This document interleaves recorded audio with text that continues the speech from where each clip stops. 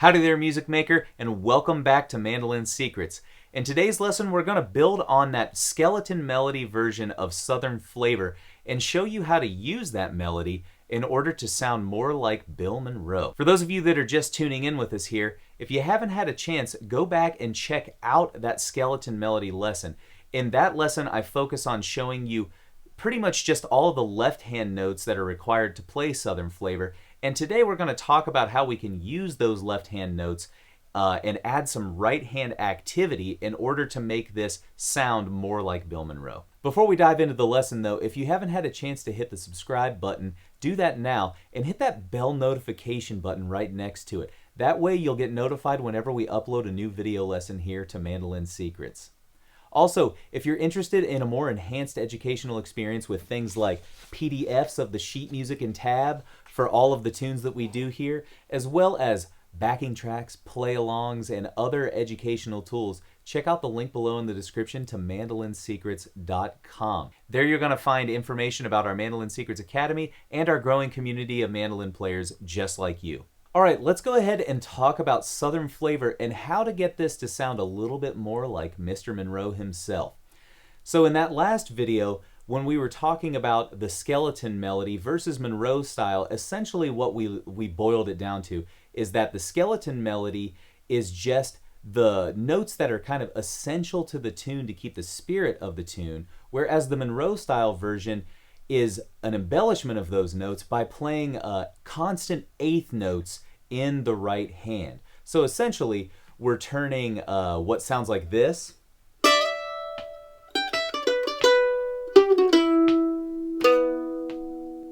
into this.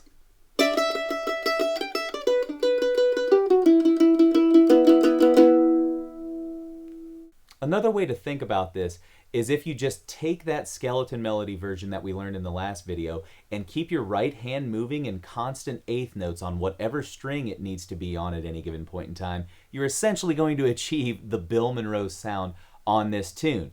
Now there are some things that we can do with our right hand in order to get a more Monroe-like sound, but that's essentially the difference between these two versions. As I mentioned in the last video, that's not always the case when differentiating a skeleton melody from its embellished version. Sometimes there are left-hand differences between those two tunes, but in today's example, it's pretty much just the right hand. So some things that you can think about in order to achieve a more Monroe-like sound on this tune would be kind of what I would call like a more relaxed, lazier right hand. I don't mean that in a bad way, but when Monroe plays his fast eighth notes, you can tell that he's not really struggling to get them. And I would suggest watching him on some of the live cuts that are available of Southern Flavor on YouTube, because you'll get a better idea of what I'm talking about by doing that. Monroe has kind of a powerful, relaxed right hand, and he's also doing some stuff in his left hand on some single notes that gives them more of like a sharp staccato articulation. So those are some things that you might want to consider when reading through this arrangement. Now there's already been one Bill Monroe, and obviously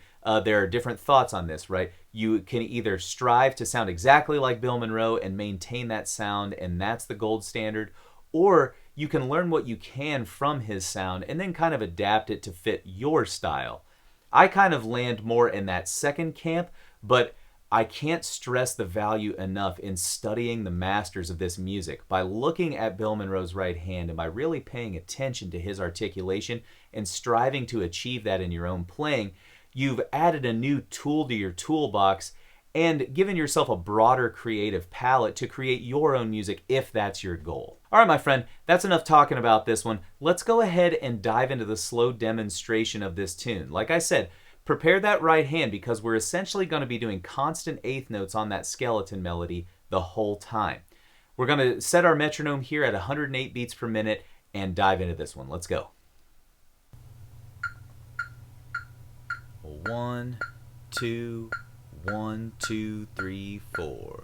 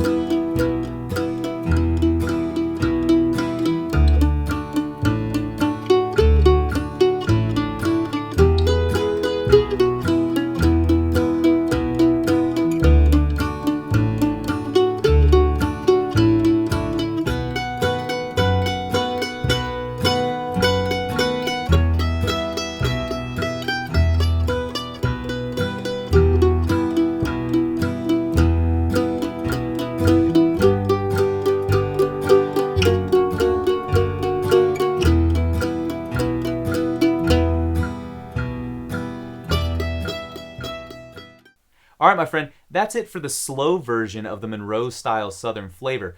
Let's put that tempo up to full speed here for what the recording was, 216 beats per minute, and try this one out.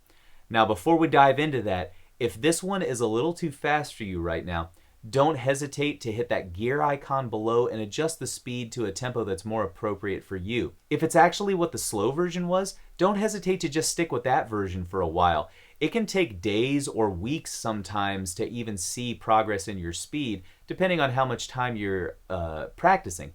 So don't ever worry about that kind of stuff. Tempo is kind of the least of our concerns. We're striving for accurate left hand and right hand technique here. All right, let's go ahead and dive into that full speed version of Southern flavor. Let's go. 1, 2, 1, 2, 3, 4.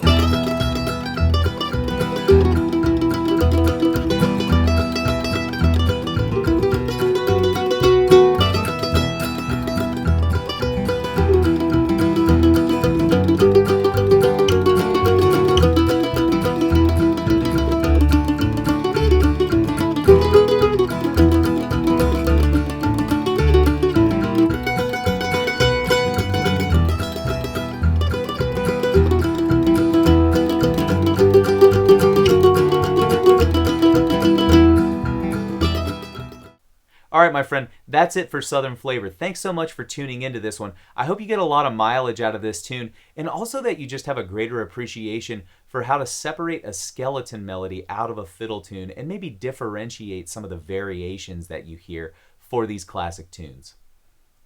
If you haven't had a chance, hit that subscribe button below. We're going to be coming up with a chords lesson for Southern Flavor next, so you'll definitely want to keep your eye out for that one. You got to know how to play rhythm on this tune, right? All right, my friend, thanks so much for tuning into this one. We'll catch you in the next video.